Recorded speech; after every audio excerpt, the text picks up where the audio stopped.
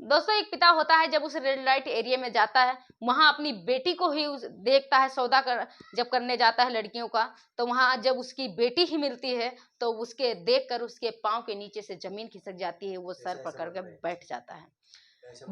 इस कहानी को आपके पास लाना, हमें कोई आपको ठेस पहुंचाना नहीं या किसी को दुख पहुंचाना नहीं, बाकी इस कहानी को बताना, जहां भी रहें आप सुरक्षित रहें।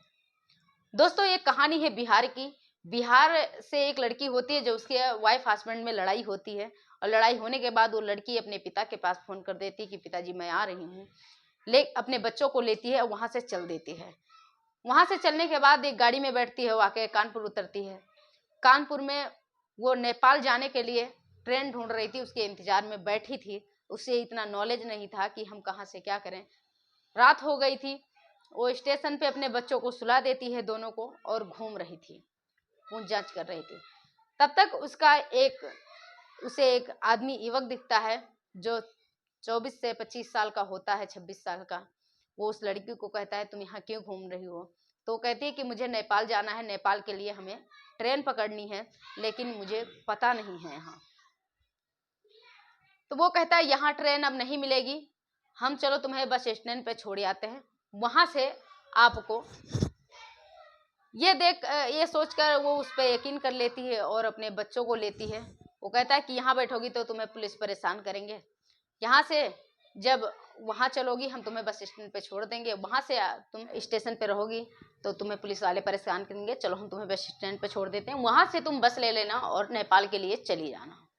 उस पर यकीन कर लेती है, अपने दोनों बच्चों को लेती है, वो ले जाकर उसे बस स्टैंड पे छोड़ता है। लेकिन उस टाइम रात हो चुकी होती है, तो नेपाल के लिए कोई बस नहीं होती है। तो वो कहता है कि इतने टाइम कोई बस नहीं मिलेगा, पूछ जांच करता है, कहता है कि इतनी टाइम कोई बस नहीं मिलेगा, सुबह हम तुम्हें लाकर यहाँ स्टैंड पे छोड़ देंगे, क्योंकि रात में यहाँ अकेली कहाँ रहोगी।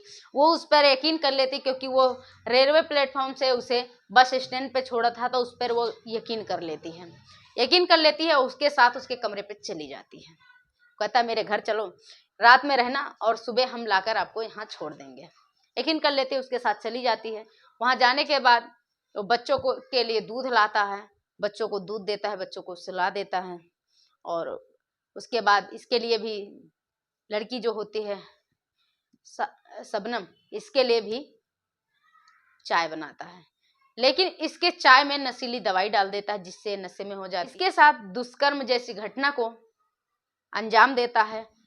सुबह होता है तो जो सबनम होती है उठती है, उसे ये तो पता चलती है कि इसके साथ दुष्कर्म हुआ है, गलत हुआ है, लेकिन ये कुछ आवाज नहीं उठाती और कहती है कि मुझे ले चलो, बस स्टैंड पे छोड़ दो।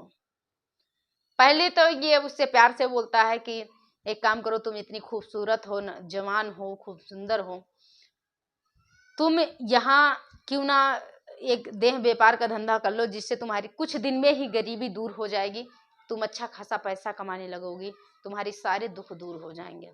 जब लड़की नहीं मानती है, बहुत कोशिश करता है, तब वो उसे जोर जबरदस्ती करने लगता है, उसे मारना चालू कर देता है और कहता है अगर तुम नहीं मानोगी, नहीं करोगी, तो हम तुम्हारे दोनों बच्चों को मार देंगे, तुम्हें जाने नहीं देंगे।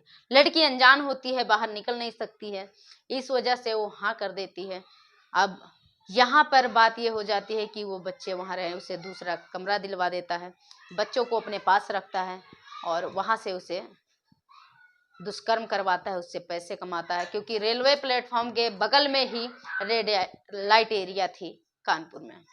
वहाँ ऐसे ही जो काम होते हैं वो उस एरिया में होते थे। अब लड़की उस दलदल में फंस जाती है, कई बार बाहर भागने की कोशिश करती है, लेकिन सारा नाकाम होता है। एक बार जैसे होता है कि रेड लाइट एरिया में जो औरतें होती हैं, उनका हर 3 महीने में HIV टेस्ट होता है।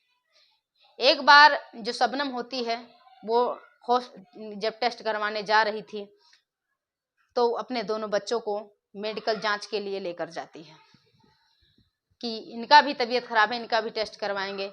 जब वहां लेकर जाती है वो, तो वहां से वो भागने के चक्कर में थी, वहां से जैसे हॉस्पिटल से टेस्ट करवाती है, वहां से अपने दोनों बच्चों को लेकर भाग रही थी। तब तक जो युवक था, जिसका नाम संदीप था, वो आ जाता है। जब वो आ जाता है उसे पकड़ लेता है और कहता है अगर भागने की कोशिश करी तो हम इसे दोनों बच्चों को ले लेता है, इसे मार देंगे। वहां से डरा धमका के फिर ले आता है। लाने के बाद वो फिर कई बार भागने की कोशिश करती लेकिन नाकाम रहता। अब उसे जो संदीप होता है वो मौका ही नहीं देता, अकेले कहीं जाने ही नहीं देता और वो धंधा, मजबूरी में धंधा करती है। दो बच्चे जो होते हैं उन दोनों बच्चों को एक स्कूल में दाखिला करवा देता है। दोनों बच्चे पढ़ रहे होते हैं। बच्चों को अपने पास रखता है क्योंकि अगर बच्चे उसके पास चले जाएंगे तो भाग जाएगी। इस वजह से वो बच्चों को उसे नहीं देता है। मजबूरी में बच्चों की वजह से वो ऐसे रेड लाइट एरिया काम करने लगती है। करते करते धीरे धीरे 4 साल बीत जाते हैं। जब वो उसको देह व्यापार करते करते 4 साल बीत जाते हैं, एक दिन उस कोठे पे एक आदमी आता है जिसकी लैंग्वेज उसके गांव जैसे एरिया की थी, नेपाल की थी।